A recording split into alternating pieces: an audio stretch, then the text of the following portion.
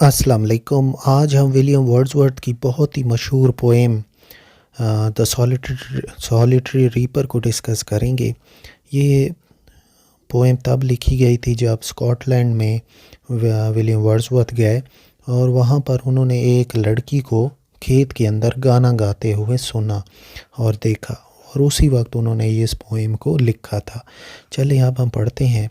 Behold her single in the field, मैं लड़की को देखता हूँ बिल्कुल अकेला खेत के अंदर। जोन सॉलिटरी हाईलैंड लेस, और वहाँ वो थी बिल्कुल अकेली और वो लड़की थी।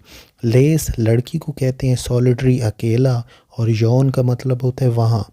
Reaping and singing by herself, वो काट भी रही थी फसल और गाना भी गा रही थी। स्टॉप हेयर और जेंटली पास, मैं यहाँ रुकूँ या आहिस्ता से चला जाऊँ। Alone she cuts and binds the grain, अकेली वो फसल काट रही थी और जो दाने थे उनको इकट्ठा कर रही थी। एंड सिंग्स अ मेलनकली स्ट्रेन, और बड़ी गमगीन सा गाना वो गा रही थी। मेलनकली गमगीन को कहते हैं। O listen for the well profound is overflowing with the sound, अरे सुनो पूरी वादी जो है उसके गाने के साथ महक रही है। मतलब कि पूरी जो वादी है उसके अंदर उस लड़की का गाना जो है वो ओवरफ्लो कर रहा है। ओवरफ्लो का मतलब होता है हद से ज़्यादा, मतलब एक मतलब इतना ज़्यादा है कि वो गाना बाहर भी सुना जा सकता है। वेल का मतलब है वादी। No nightingale did ever chant more welcome notes to weary bands of traveler in some shady haunt among Arabian sand।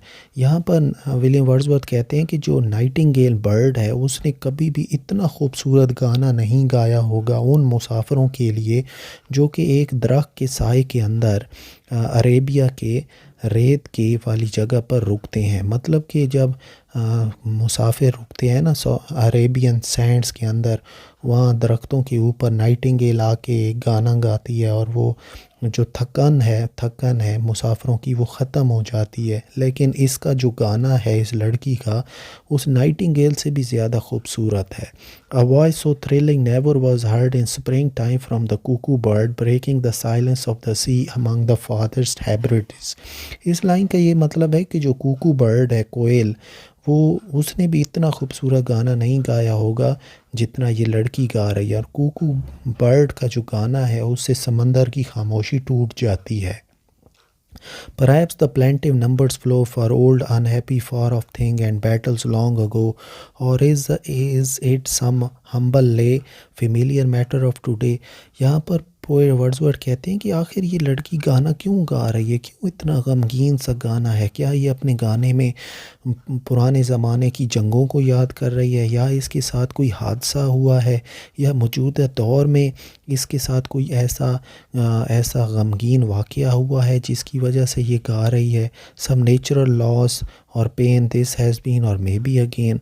वो यहाँ पर विलियम वर्ड्सवर्थ कहते हैं या क्या कोई सैलाब आया है, कोई इसकी ज़िंदगी में कोई गम हुआ है, कोई फैमिली में कोई मसला हुआ है। आखिर वजह क्या है, क्यों ये बेचारी इतना गमगीन सा गाना गा रही है। मतलब उसको ये नहीं समझ आ रहा विलियम वर्ड्सवर्थ को कि ये क्यों इतनी गमगीन है, इतना गम ज़दा ये गाना क्यों गा रही है, आखिर वजह क्या है। शायद ये जंग हुई थी, उसके अंदर इसके रिश्तेदार मारे गए थे, या कोई सैलाब आया था, या कोई नेचुरल सॉरो है, इसे कोई फितरती गम है, या कोई इसको बिछड़ गया है। यानी आप देखें ना, क्वेश्चन मार्क हर जगह लगा हुआ है। यानी पोएट को पता नहीं है कि आखिर क्या गम है इस लड़की को। Whatever the theme the maiden sing, जो भी मरकज़ी ख्याल था इसके गाने का, वो जो मेडन है वो गाना गा रही है। मेडन एक ऐसी लड़की होती है जिसकी शादी नहीं हो चुकी होती। As if her song could have no ending I saw her singing at her work and o'er the sickle bending. और मुझे ऐसा लगता है कि उसका जो गाना है उसकी कोई एंडिंग ही नहीं है। मैं उसको देख रहा हूँ, वो बस काम भी कर रही है, गाना भी गा रही है, उसके पास दांतरी भी है, उसके साथ वो झुकी हुई है। I listen and motionless and still and as I mounted up the hill. वो ये कहते हैं मैंने उसके गाने को सुना, मैं बिल्कुल साकिन खड़ा रहा और फिर मैंने पहाड़ी पे चढ़ना शुरू किया।